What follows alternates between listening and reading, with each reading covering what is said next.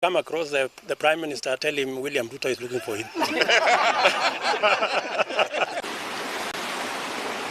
He is arguably the political player of the moment.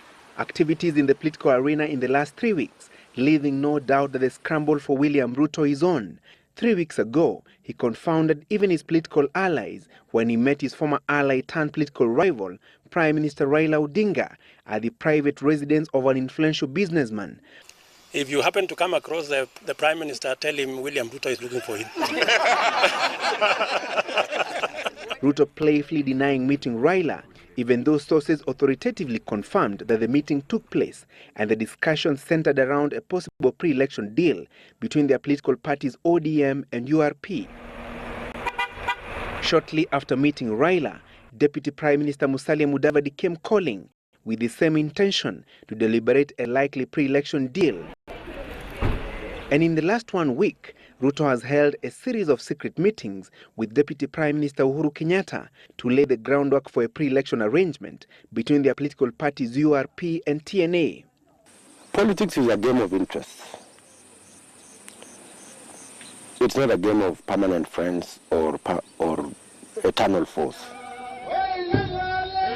His statement prompting the all-important question, why the scramble for William SamoeiRuto, who is also in the Kibaki succession contest on a URP ticket? If he does not become king, because I doubt that he'll be the prime king mover, in the sense that he will have the Tosha magic, do the magic that Raila had in 2002. Whoever Ruto will say, whoever Tosha, if he says Raila Tosha, Raila will become king. If he says Uhuru Tosha, Raman will become king. And I think that he is actually consolidating his support on the ground for purposes of later selling it to the person he will say Tosha to.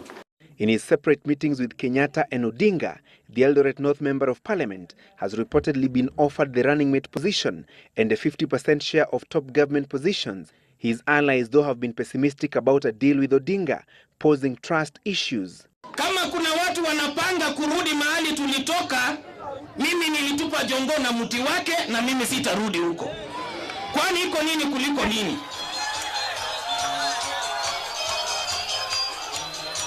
Raila has, during his recent tours of Rift Valley, sought to clear the air on allegations that he orchestrated Ruto's predicament at the ICC. Hata kama mimi nilikuwa napeleka, ningepeleka watu yangu. Ningepeleka Ruto. Ningepeleka Kosgei. Sio walikuwa ni wanajeshi wangu. Tulikuwa nao pamoja. Ruto is a core principle in the so-called G7 alliance that comprises 3 other presidential contenders. How the 4 presidential hopefuls will settle on one flag bearer remains the ultimate challenge. Kenyans have proven beyond doubt that they can reassemble a different set of groups in every subsequent election.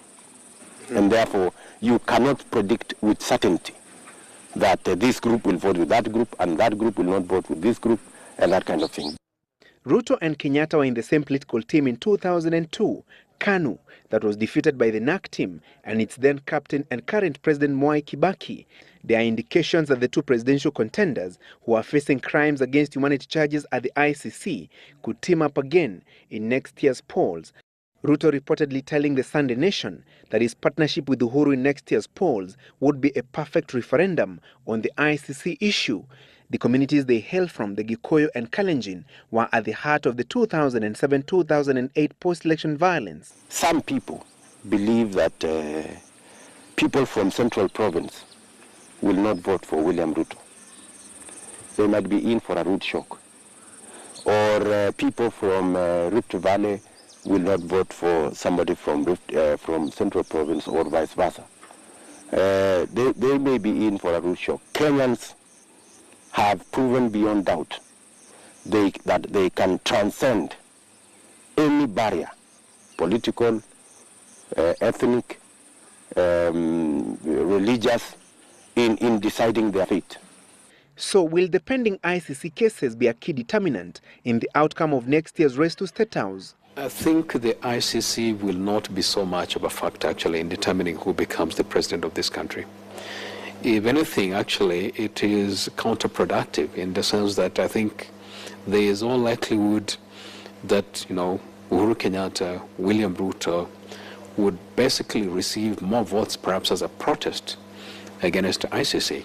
And that is a reality if these guys go all the way to the ballot box. Political observers describe Ruto as a refined mobilizer, aggressive, a workaholic, and a clear thinker, citing his time at the helm of the agriculture and higher education dockets before he was ejected after falling out with Odinga. And he organizes very, very well. I compare him to Ken Matiba without the arrogance.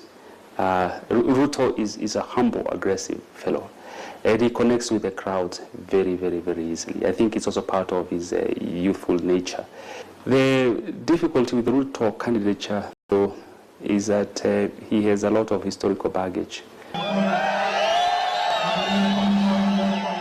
And as the scramble for Ruto and the Kalenjin vote bloc that he controls intensifies, those courting him, analysts say, must do so with caution. Sometimes you don't know where he stands with you. And the politicians who deal with him will tell you that you know, today you're with him, tomorrow you're not sure whether you're still with him. And right now, as we speak, no one can enter into an alliance with Ruto and go to the bank with it. The only time you can bank that alliance is after the first round of elections. Ruto is in the meantime traversing various parts of the country, mobilizing to ensure that he not only influences the outcome of the race to State House, but also his party URP to have sufficient numbers in the next National Assembly and the Senate, and influence how the next government will operate. Francis Gashuri